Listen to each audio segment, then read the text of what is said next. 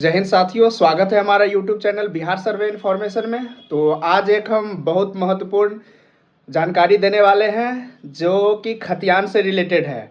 जिनके पास खतियान नहीं है या आपके पास खतियानी ज़मीन है और वो खतियान पानी में भीग गया है या कीड़ा काट दिया हुआ है या कहीं भी आपका खो गया हुआ है, तो उस स्थिति में आपका कैसे सर्वे होगा, उसका जो डॉक्यूमेंट्स है आप क्या क्या जमा करेंगे, उसका वंशावली कैसे बनाएंगे, इत्यादि बातों को इस वीडियो में हम आपको बताने वाले हैं।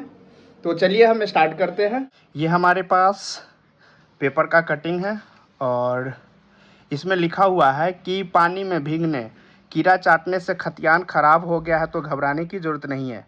अगर आपके पास खतियान है या पहले था और अभी नहीं है तो, और कई जगह बाढ़ आया हुआ है, कई जगह आग लग जाने के कारण खतियान या कोई भी जो डॉक्यूमेंट्स है वो जल जाता है, तो उस केस में क्या होगा कि आपका सर्वे हो पाएगा, और हो पाएगा तो कैसे हो पाएगा, ये तमाम सारी जानकारी इस पेपर कटिंग में लिखा हुआ है। इसमें लिखा हुआ है कि खाता और खेसरा नंबर याद है तो भरे सर्वे फॉर्म, अंचल कार्यालय खोजेगा खतियान। मतलब अगर आपका जो ज़मीन है, जो आपका प्लॉट है, जैसे हम लोग कोई भी ज़मीन होता है जिसका एक अलग खेसरा होता है, तो वो खेसरा कहाँ रहता है, वो खेसरा नक्शा में रहता है, जो आपके मौजा का नक्शा होगा।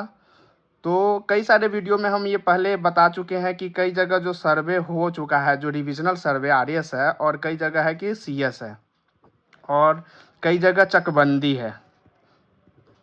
तो आपके गांव में, आपके अंचल में या आपके ज़िला में जो भी सर्वे फाइनल है, अगर सीएस फाइनल है तो वहाँ पे जो सीएस का जो नक्शा होगा उसके आधार पे आपको खेसरा देना है।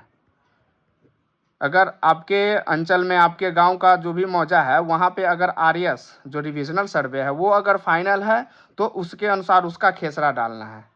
और अगर आपके मौजा का चकबंदी फाइनल है तो उसके आधार पे चकबंदी का जो खेसरा होगा वो हमको डालना है, और उसका जो खाता होगा वो हमको डालना है।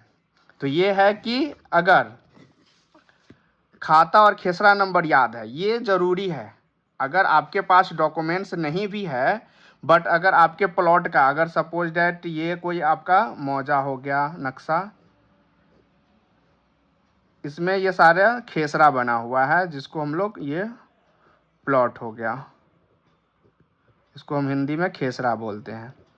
तो यहाँ पे है कि ये 1 नंबर, 2 नंबर, 3, 4, 5, 6, 7, 8, 9 प्लॉट का ये क्या है, कोई राजस्व ग्राम है, राजस्व ग्राम है। और इसमें जो आपका प्लॉट है, ये प्लॉट है, ये जो आपका प्लॉट है ये प्लॉट आपका है। तो इसमें आपको होगा कि आपका जो खेसरा है वो अगर नहीं पता है, हो सकता है कि आपको सिर्फ क्या पता है, खाता पता है, और खेसरा नहीं पता। ये खाता सपोज डेट ये 4 नंबर हो गया, और जो खेसरा है आपको ये पता नहीं है कि हमारा जो ज़मीन है, जो प्लॉट है, वो कौन सा खेसरा में आता है। तो उसमें करना ये होगा आपको कि कोई एक लोकल अमीन को आप हायर कीजिए, जो आपके गांव में हो या जान पहचान के हो, उसको अपने प्लॉट पे ले जाइए। तो वो करेगा क्या कि जो आपके राजस्व ग्राम का मैप होगा वो लेके जाएंगे, और वहाँ पे जाके आपका ये प्लॉट चेक करेंगे, ये आपको बता देगा कि आपका जो खेसरा है वो कौन सा खेसरा है। तो अगर आपका खेसरा खुद पता है तो बेटर है, नहीं पता है तो आप अमीन से माध्यम से हो, या जो भी जानकार व्यक्ति हो जो ज़मीन और नक्शा के बारे में जानकारी रखते हो, उनको ले जाके आप अपना ज़मीन का जो खेसरा है वो पता करवा लीजिए।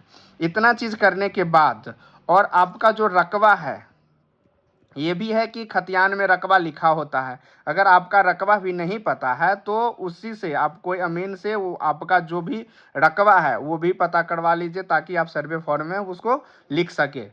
तो ये चीज़ें हैं कि अंचल कार्यालय खोजेगा खतियान। अगर आपके पास खतियान नहीं भी है तो आप घबराने की कोई ज़रूरत नहीं है, आपको खतियान नहीं आवश्यक है।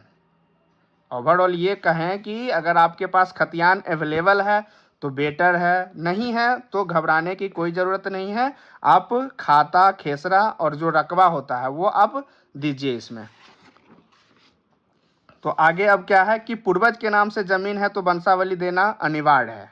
अब इसमें है कि वंशावली का, तो सपोज डेट कि आपका जो खतियान है, तो खतियान तो आपके वंशज के नाम से होंगे, ये आप ही के वंशज होगा। तो उसमें जो वंशावली बनेगा, वो जो वंशावली बनेगा वो आपको देना है। ये वंशावली आपको क्या देना है कि एक तो होता है कि आप सरपंच से बना के दे दीजिए, या जो भी आप कोर्ट से बना के देते हैं जैसे नोटरी के माध्यम से, या तो आप जो खुद से जो सादा पेपर A4 जैसे ये A4 साइज पेपर है, इसमें खुद से आप बना के दे सकते हैं। वंशावली बनेगा कैसे, इसका वीडियो ऑलरेडी हमने अपने चैनल पे बना रखा है, आप वहाँ पे जाके देख सकते हैं कि वंशावली खुद से कैसे बनाते हैं। तो आप एक सादा पेपर में खुद से वंशावली बना के, और जो आपका ज़मीन का खाता खेसरा रकबा है वो, और उसके बाद जो सर्वे फॉर्म आता है, एक जो ये सर्वे फॉर्म होता है, इसमें आपको जो लगेगा वो प्रपत्र 2, ये नाम ही होता है जिसको हम स्वघोषणा के नाम से जानते हैं, ये आपको भरना है। उसके बाद जो प्रपत्र 3 एक आता है, जो प्रपत्र 3 एक आता है जिसको हम वंशावली का फॉर्म बोलते हैं, ये आपको भरना है। और उसके बाद 3(1) का ही सेकेंड पार्ट होता है, उसी के साथ में एक दखल का फॉर्म आता है, दखल के आधार पे ये आपको फॉर्म भरना है। इसमें जो आपका खतियानी ज़मीन है उसमें आपको क्या करना है कि सर्वे का जो फॉर्म लगेगा वो 3 लगेगा, एक प्रपत्र 2 लगेगा, प्रपत्र 3 एक लगेगा, और दखल का जो फॉर्म होगा वो लगेगा। ये चीज़ लगाने के बाद जो भी इसमें खाता खेसरा रकबा चौहद्दी ये सब जो डिटेल है, चौहद्दी भी आपका पता चल जाएगा जब आप प्लॉट पर जाते हैं। और जो आपके चौहद्दी में है, उत्तर दक्षिण पूरब पश्चिम जो भी आपका चौहद्दीदार में है उनका चौहद्दी लिख देना है। खाता खेसरा आपको पता करना है, रकबा जो है आपको पता करना है। और ये जो डॉक्यूमेंट्स है ये लगा के, जिनके जैसे इसमें होता है कि वंशावली आप लगाते हैं, उसमें जितने वंशज है जिन जिन का नाम से खतियान बनना है उन सब का क्या करना है कि आधार कार्ड का फोटोकॉपी लगा देना है। इतना चीज़ करने के बाद आपको सर्वे फॉर्म जमा कर देना है। सर्वे फॉर्म जो जमा करना है, जो सर्वे फॉर्म जमा करना है वो ऑनलाइन के माध्यम से भी आप कर सकते हैं और ऑफलाइन के माध्यम से भी कर सकते हैं। ये दोनों मेथड है, आप जो सहूलियत हो जैसा भी हो आप इसको जमा कर सकते हैं। तो अब आगे देखते हैं कि इसमें और क्या चीज़ लिखा हुआ है कि पानी में भीगने कीड़ा चाटने से खतियान खराब हो गया है तो घबराने की जरूरत नहीं है। आपको खाता नंबर खेसरा नंबर याद है तो अपने ज़मीन के सर्वे के लिए आवेदन फॉर्म भर सकते हैं, जो कि सर्वे अधिकारी द्वारा आपके शपथ पत्र के आधार पर खतियान खोजने की जिम्मेदारी अंचल कार्यालय को दी जाएगी। आप जो भी डॉक्यूमेंट्स भर के देते हैं उसका जो खतियान होगा वो अंचल कार्यालय को जिम्मेदारी है कि वो आपको खतियान खोज के देगा, या वेरीफाई कैसे करना है वो अंचल कार्यालय उपलब्ध कराएगी। उसके बाद क्या है कि राजस्व भूमि सुधार ने रैयत के पास खतियान उपलब्ध नहीं होने की स्थिति में अंचल कार्यालय को दस्तावेज उपलब्ध कराने का निर्देश दिया है। ये राजस्व विभाग, जो राजस्व एवं भूमि सुधार विभाग है उनके तरफ से जो रैयत के पास खतियान उपलब्ध नहीं है उनको उपलब्ध कराने के लिए निर्देश दिया गया है। उसका बाद है कि जिनकी ज़मीन है उसके नाम से ही ज़मीनी का सर्वे होगा। तो इसमें ये भी अब क्लियर हो गया है कि अगर आपके नाम से ज़मीन है, आपके वंशज के नाम से ज़मीन है, तो ज़मीन जो होगा वो आप ही के वंशज का, आप ही के मतलब आदमी का होगा, किसी दूसरे को ज़मीन नहीं दे दिया जाएगा, न चढ़ा दिया जाएगा। सर्वे में लगे कर्मचारी आपके खतियान को खोजने में मदद करने के साथ समस्या का समाधान करेंगे। जो भी सर्वे कर्मी है वो आपका समाधान जरूर करेंगे, और जो भी काम है अगर खतियान नहीं मिल रहा है या उसमें कुछ डिटेल आपको चाहिए वो आपको उपलब्ध कराया जाएगा।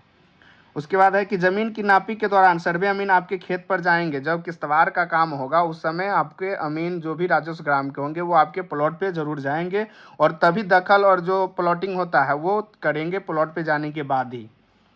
इस दौरान भी चौहद्दी में आने वाले किसानों से आपकी ज़मीन होने की पुष्टि करेंगे। इसके आधार पर आपके नाम से सर्वे होगा और खतियान खोला जाएगा। तो ये डिटेल है, ये सामने में है कि अगर आपके पास खतियान नहीं है तो कैसे आपको सर्वे फॉर्म भरना है, उसमें क्या क्या डॉक्यूमेंट्स लगाना है। उसके बाद है कि ज़मीन की जानकारी प्राप्त करना आसान हुआ। किसान अपने अपने ज़मीन की चौहद्दी अपने सर्वे फॉर्म में लिखना और बताना है। ऐसे में किसी व्यक्ति के पास ज़मीन का खतियान किसी कारण गुम हो गया है तो बगल के किसानों की चौहद्दी में आपका नाम डालने से आपकी ज़मीन होने की पुष्टि होगी। इसके आधार पर भी ज़मीन का नया खतियान आपके नाम से बनाना सर्वे अमीन के लिए आसान होगा। सपोज डेट कि ये ज़मीन है और इसके चारों साइड कोई नया प्लॉट बना हुआ है, ये प्लॉट बना हुआ है।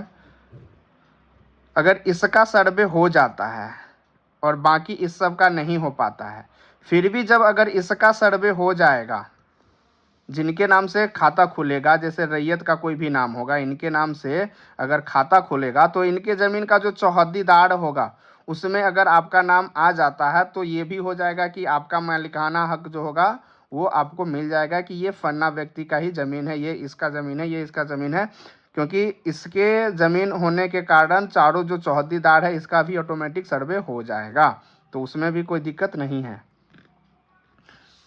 यही है कि इसके आधार पर भी ज़मीन का नया खतियान आपके नाम से बनाना सर्वे अमीन के लिए आसान होगा। वंशावली देना अनिवार्य, यदि आपके नाम से जमाबंदी कायम है तो वंशावली नहीं देनी होगी। इसमें हो गया है कि कोई बड़ी रैयत है, अगर उनके नाम से रसीद कट रहा है, जमाबंदी कायम है, तो फिर उसमें आपको वंशावली की कोई ज़रूरत नहीं है। उसमें जो आपको सर्वे फॉर्म लगाना है, उसमें आपको सर्वे जो फॉर्म लगाना है उसमें प्रपत्र 2 सिर्फ लगाना है, ठीक है। यही सिर्फ सर्वे का फॉर्म देना है और साथ में अगर आपका रसीद कटा हुआ है, जो रैयत का आधार कार्ड, जो ज़मीन का रसीद है और जो भी आपका है, केवाला हो, खतियान हो, उसका अगर आपके पास डॉक्यूमेंट्स उपलब्ध है, इतना चीज़ लगाने के बाद आप डॉक्यूमेंट्स जमा कर सकते हैं। यदि ज़मीन पूर्वजों के नाम पर है तो अपने नाम से नया खतियान बनाने यानी रजिस्टर 1 में नाम चढ़ाने के लिए वंशावली देना अनिवार्य है। वही है कि खतियानी ज़मीन है या आपके वंशज है जिनके नाम से केवाला है, खतियान, उनका अगर मृत्यु हो गया है तो उस एवज में आपको वंशावली देना है। फिर है जिले में 50, ये सब है कि जिनके द्वारा अभी तक कर दिया गया है उसके बारे में डिटेल है। फिर पटना के राजस्व में सर्वे होगा। सरकार के नाम पे सर्वे, राज्य के विभिन्न इलाकों में गैरमजरूआ आम, गैरमजरूआ मालिक, केसरे हिंद, बकास, भूदान, भूहदबंदी, वास्कियत पर्चा की भूमि, बंदोबस्ती पर्चा की भूमि, वक्फ बोर्ड और धार्मिक न्यास की भूमि का सर्वे सरकार के नाम पे होगा। इन जमीनों की जानकारी अंचलाधिकारी से सर्वे कार्यालय के द्वारा मांगी गई है। तो इसमें है कि ये जो भी आपका ज़मीन है वो बिहार सरकार के नाम से सर्वे होगा। आशा करते हैं कि खतियान नहीं होने के कारण उसके सर्वे कैसे करवाएं, उसमें क्या क्या डॉक्यूमेंट्स लगाएं, इत्यादि बातों को आप समझ गए होंगे। अगर आपको ऐसे ही सर्वे से रिलेटेड कोई भी जानकारी चाहिए तो हमारे चैनल को आप सब्सक्राइब करें, और अगर आपको कोई भी डाउट हो तो हमारे कमेंट बॉक्स में कमेंट करें, हम आपका रिप्लाई ज़रूर देंगे। वीडियो देखने के लिए धन्यवाद।